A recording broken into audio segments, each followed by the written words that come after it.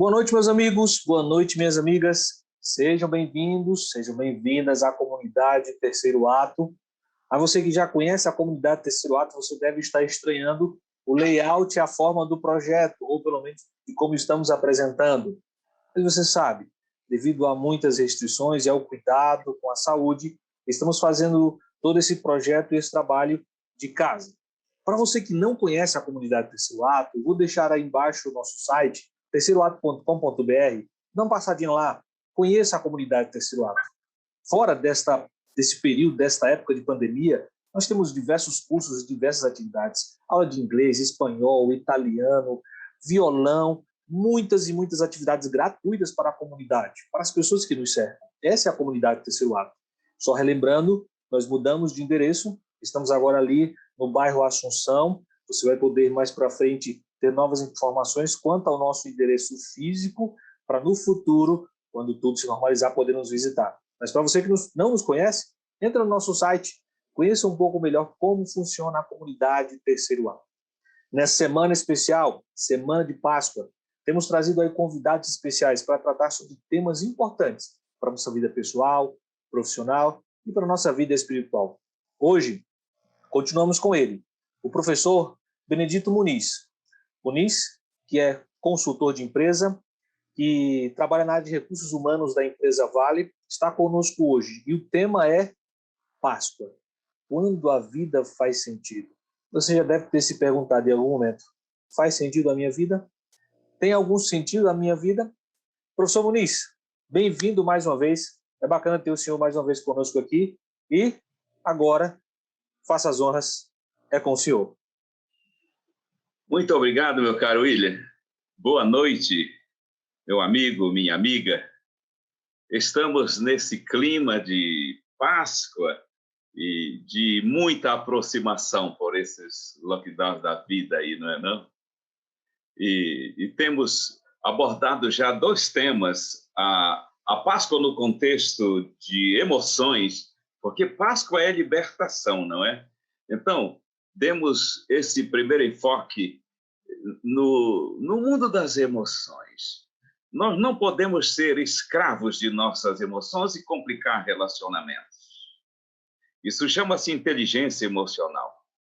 Ela está dividida em duas áreas: a intrapessoal, que é domínio comigo mesmo, e a interpessoal, que é domínio de mim para me relacionar com os outros, a habilidade com os outros, o lado interpessoal. Ontem falamos sobre Páscoa no trabalho. Poxa, como é bom você estar ali experimentando um ambiente onde estamos livres de opressão, livres de qualquer malignidade, não é? Para que o ambiente do trabalho, que é um ambiente sagrado, porque dali vem a vida, vem o sustento para a vida. Desejo que o seu ambiente de trabalho seja realmente um bom ambiente. Então, hoje vamos falar sobre Páscoa quando a vida faz sentido, evidentemente que dando um enfoque mais espiritual da Páscoa. Nós já estivemos observando que a Páscoa foi um evento que aconteceu junto com o Êxodo, a saída do povo de Israel do Egito para a liberdade, isso ali por volta de 1440. Faraó oprimia o povo de Israel. Que situação difícil, o povo sofria e o povo clamava. Diz, então, a Bíblia que Deus ouviu o clamor desse povo e mandou Moisés para, numa diplomacia divinal, fazer com que o povo saísse assim, na boa. Só que Faraó ele não aceitou, ele achou que aquilo era uma submissão descabida para ele, que era o Todo-Poderoso. Então, Deus visitou o Egito com 7 pragas. E cada uma dessas pragas tinha o objetivo de dizer que ele era o soberano, que ele era o Deus único e verdadeiro. E eu quero dar uma passada com essas pragas que estão aí. Você vai encontrar essas pragas desde o capítulo 7 até o 11 do livro do Êxodo. A primeira praga é que as águas do Nilo se transformaram em sangue. Isso foi um duro golpe no deus Hapi, que era o deus do Nilo. Então, cada praga, Deus está atacando uma divindade daquele povo politeísta, iludido com deuses que não existem. A segunda foi invasão de rãs. Os egípcios, eles tinham esse relacionamento com esse animal a partir de uma deusa da fertilidade chamada Requetes, que era a deusa rã. Ela não pôde impedir essa praga. A invasão de piolhos foi a terceira praga. Assim, o Senhor Deus estava atacando o culto da terra, que eles consideravam o culto da terra como sendo sagrado, né? E dali vieram os piolhos, a invasão de moscas. Eles cultuavam um deus chamado Beuzebu, que afugentava as moscas e não pôde fazer coisa nenhuma.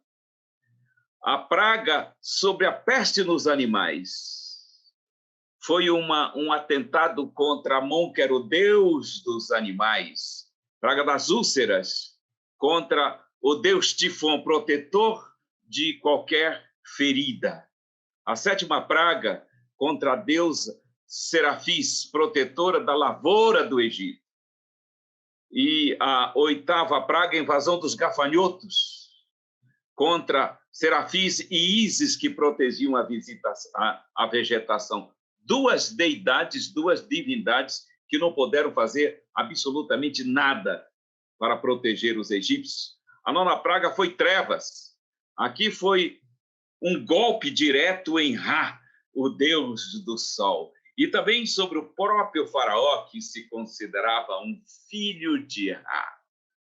Veja, então, que essas atuações sobrenaturais de Deus, elas estavam carregadas de misericórdias, que era para que Faraó e o seu povo reconhecessem a ele, o Deus de Israel, como sendo o Deus soberano. E a décima praga foi a morte dos primogênitos. E ali os egípcios colheram a tal da lei da semeadura. Assim como por anos eles matavam os filhos de Israel, agora os primogênitos morreram. Foi um espaço de aproximadamente 1 ano essas pragas. Tanto que os assistentes de Faraó disseram: deixe esse povo ir, porque o Egito está destruído. Capítulo 10, verso 7 de Êxodo. Muito bem. Quando foi aplicada a 10ª praga, antes de aplicar, que foi a morte dos primogênitos, Deus chegou para o povo de Israel e disse: vocês têm que matar um cordeiro e aplicar o sangue na porta, nos umbrais da porta. E então diz que quando ele passasse ali e visse o sangue sobre a porta, ele passaria sobre aquela casa, por sobre aquela casa, e sobre ela não aconteceria mal nenhum. Quando eu vir o sangue, você vai ler isso no livro do Êxodo, no capítulo 12, o verso 13. Eu passarei por cima. Isso é Páscoa. Páscoa é o juízo de Deus passando por sobre. Hein?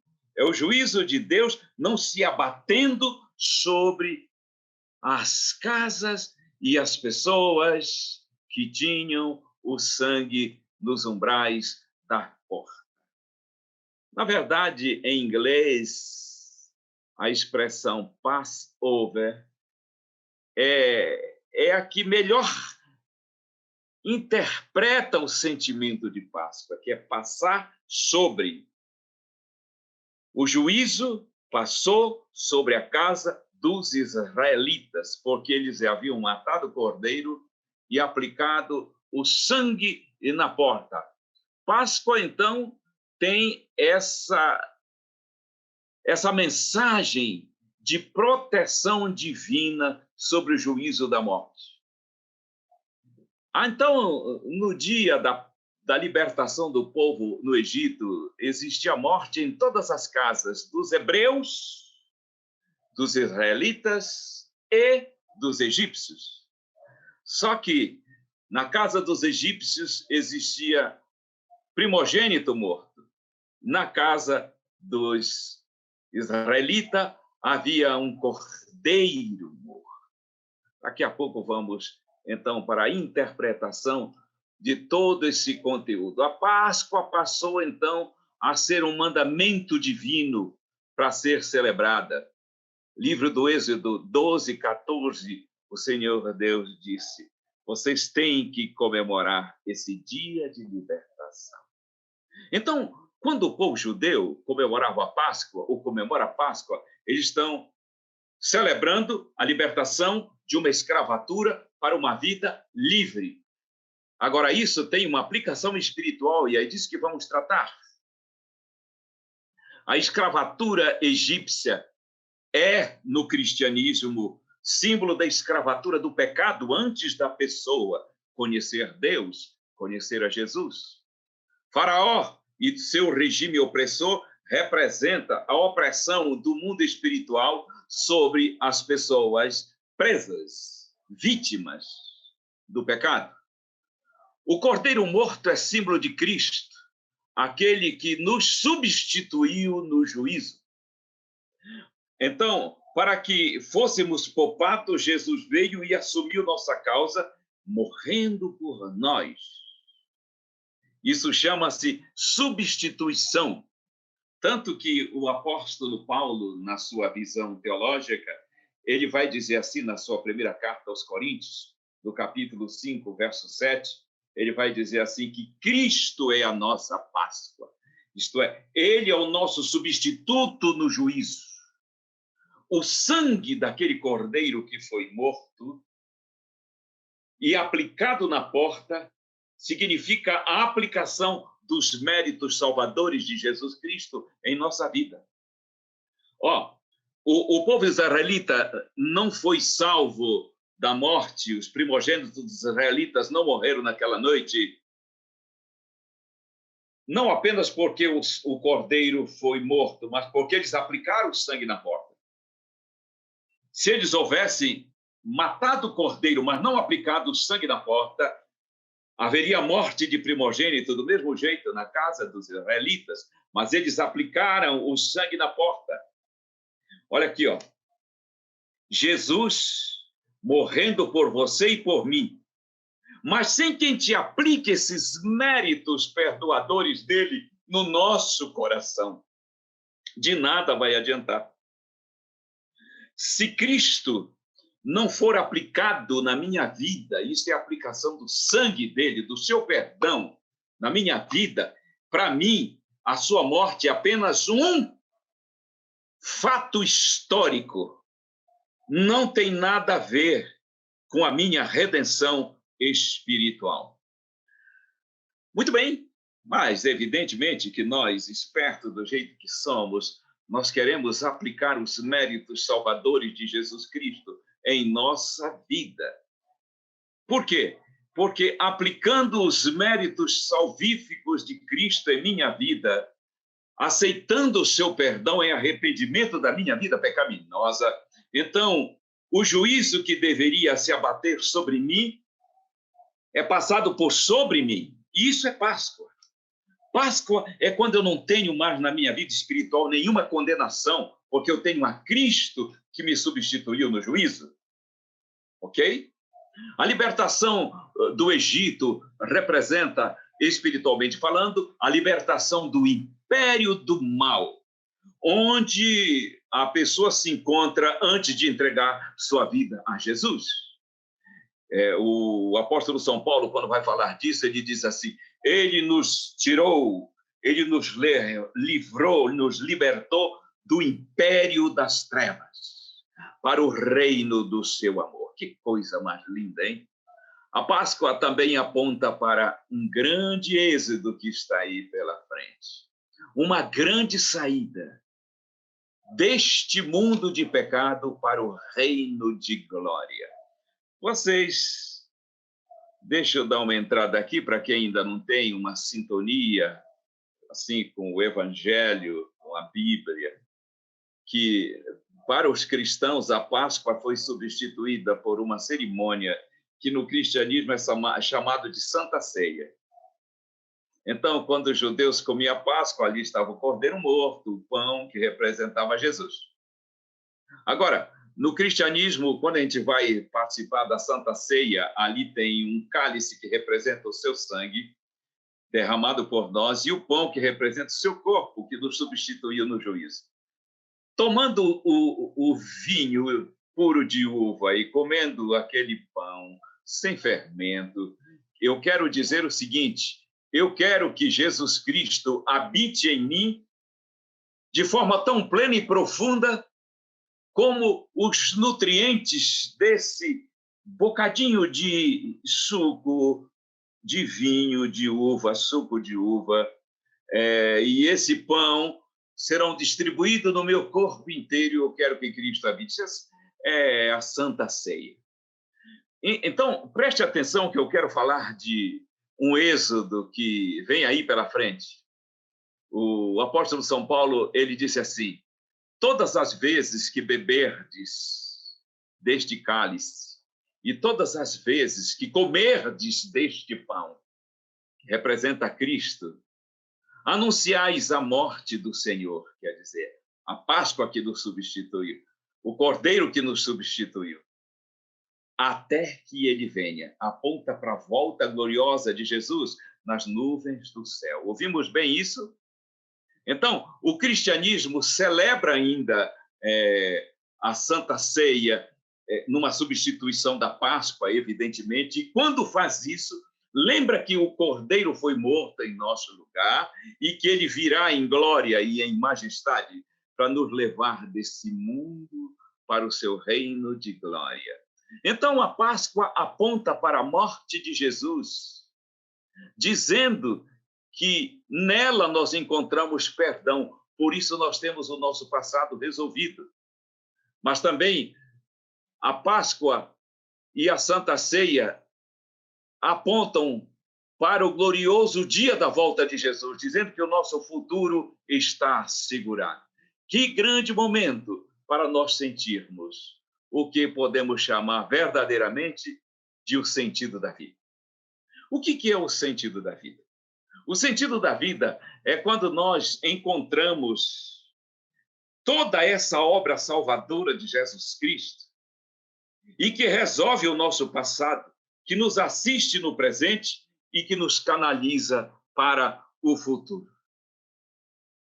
Quando eu encontro perdão dos meus pecados no passado e sei que eu tenho assistência divina no presente e posso olhar para o futuro com esperança de que ele virá em glória e majestade para nos levar deste mundo, então eu encontrei o verdadeiro sentido da vida. Ei, o verdadeiro sentido da vida é ter um encontro com o Cordeiro de Deus, que é Jesus Cristo, que morreu e ressuscitou.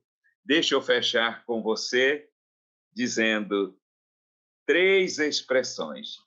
Porque Cristo morreu por nós e nos concedeu o perdão, porque pagou nossa dívida espiritual. Aceitando esse sacrifício, esse perdão que vem da cruz, eu tenho o meu passado resolvido. Então Jesus disse: eu habito em você, para que eu haja em você, da forma como eu peço de você. Então ele habita em mim, o Espírito Santo habita em mim. E isso significa que eu tenho presente assistido. Então ele diz: eu virei para buscar você. E se você morrer, eu ressuscitarei você no glorioso dia. Aí eu tenho futuro garantido. Passado resolvido. Presente assistido. Futuro garantido. Por quê? Porque o juízo que era para cair sobre nós, passou por sobre nós, e caiu em Jesus. Isso é Páscoa. Páscoa é passagem. Passagem do quê? passagem do juízo sobre nós. Quando o Senhor Deus disse, quando eu vir o sangue, eu passarei por cima. Quando ele olha para nós e vê que o sangue de Cristo está aplicado, isso significa que nós não temos mais nenhuma condenação sobre nós. Por isso, uma feliz Páscoa. Foi imensa alegria poder falar com você nesses 3 momentos. Desejo, de fato, que esses dias de Páscoa seja de um encontro ou de uma confirmação do encontro que já teve com o Senhor Jesus, o nosso Salvador. Grande abraço. Professor Muniz, mais uma vez, obrigado. Sinceramente, foi uma alegria estar com o senhor nesses 3 dias. Foi muito bom aprender um pouco sobre o significado da Páscoa em todos os seus aspectos. Obrigado por ter estado conosco, por ter disponibilizado seu tempo mais uma vez. Para você que nos acompanha, foi bom tê-lo aqui conosco, foi um prazer. Espero que você tenha aprendido muito, tenha gostado muito e tenha entendido o verdadeiro significado da Páscoa, que de fato traz sentido para mim e para a sua vida.